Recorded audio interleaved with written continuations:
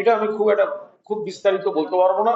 যে মানুষদের দরকার, যে মানুষরা মানে সমাজের কাছে, রাষ্ট্রের কাছে সুবিধা দাবি করেন, সেটা সেই মতো করে সরকারি সিদ্ধান্তে যা হওয়ার হয়েছে।